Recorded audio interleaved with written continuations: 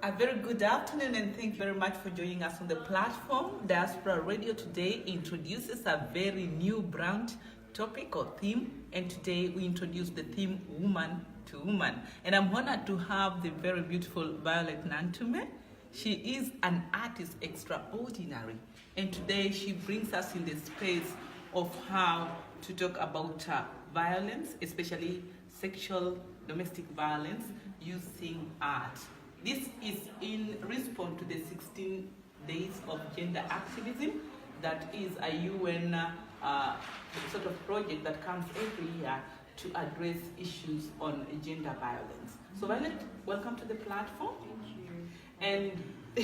And so to put us into the context of what we are discussing today, could you just introduce the performance that you had a chance to see, and how this brings in the question or the discussion about gender and violence?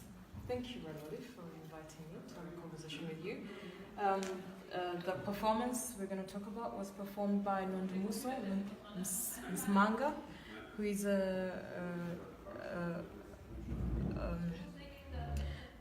Nantume Ms Manga, who performed a piece called No Uno Kuntula, and it was a piece named after her mother to kind of articulate a relationship she shared with her of silence, of forgiveness, that she advocated for her daughter who was abused by a family member. And one of the ways her mother deals with stressful or sad situation is to keep quiet, meditate, and think through, deal with it over time. And this is not the same way Nantume deals with her stress or her trauma of being abused by people in a space that is supposed to be trusted.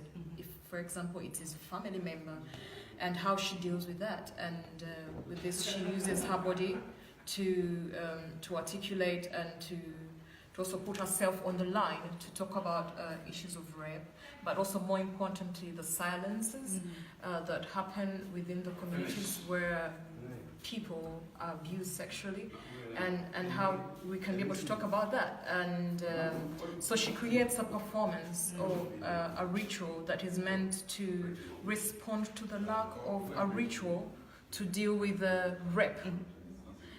In many African communities, there are rituals to deal with marriage, to deal with birth, to deal with death, to deal with initiation, to deal with passage of rites, but there was not any of them to deal with rape. So it means there was a silence about it, and all of us have been accomplices in the silence, and that is also violence in itself. I like the way you confront the issue of silence when you say that all of us, especially in the public sphere, in the private sphere, when people have experienced rape and trauma, the silences we create, not talking about it, and it could be sometimes the attitudes and the stigma that we create around it. How do we break these silences then? I think one of the ways for me is people are willing to talk about it, but also I would like to acknowledge the initiatives. For example, South Africa's Dirty Laundry, which is a collaboration between Jenny and Nantume, and they're allowing us in a space to be able to contemplate and reflect on what our contribution has not only been, because when you're talking about silence or abuse, it's usually pointing to the abuser. But how many times have we asked our friends to hold on a little bit longer to let out information about in environments where they have been abused? Or how many times have we not been able to share that story to be able to encourage somebody else? So for me, it's something that needs to, for example, if someone creates a ritual, how do we disseminate that ritual for people to be able to know that there is a spiritual way you can deal with something that is a permanent scar, but how do we then perform it? Because a ritual is not usually performed alone.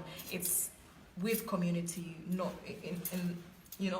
in responding to a set of people that are part of that psychological abuse of silence. So.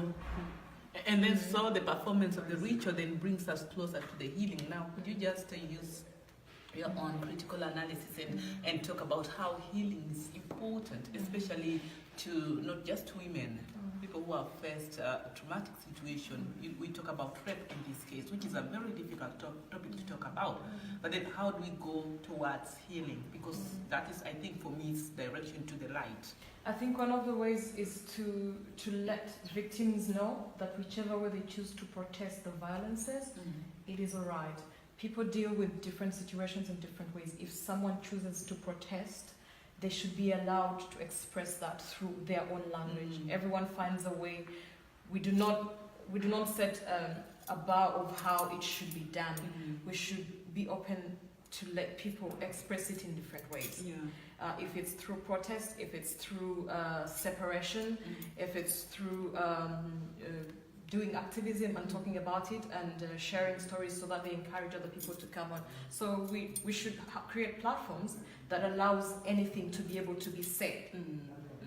For me, that would be one of the ways to break the silences, is to let everybody do it the way they choose to. So we do not have a criteria of how it should be done with, but to allow all the forms of expressions of dealing with trauma to be available and accessible. And this is deep, and Violet, we thank you very much that you could find time to speak to us and also to open this first edition of Woman to Woman. And one thing I would maybe give a winding remark is how should women, especially women who have been in trauma, how should women talk to each other? Because this platform is called Woman to Woman. How do we start to have those conversations? By inviting. For example, I mean, also being in different contexts and listening. We need to be more conscious and aware of where we are and what that environment entails that we can take out of it. Like we have met in a conference today, and how are we willing to be able to be vessels of or chains of communication, that the story does not then stop in where we have met that story, but we can also be agents of that story and share it, not necessarily went through that experience, but because we know that our community is hurt because of silences, and then we are able to allow people to be able to share either in joy or in sadness or in tears or in disappointment, in anger, to allow the full expression of what humanity is. It's not only good, it's always bad. And how we receive, for example, we the listeners, how we receive that information is also very important.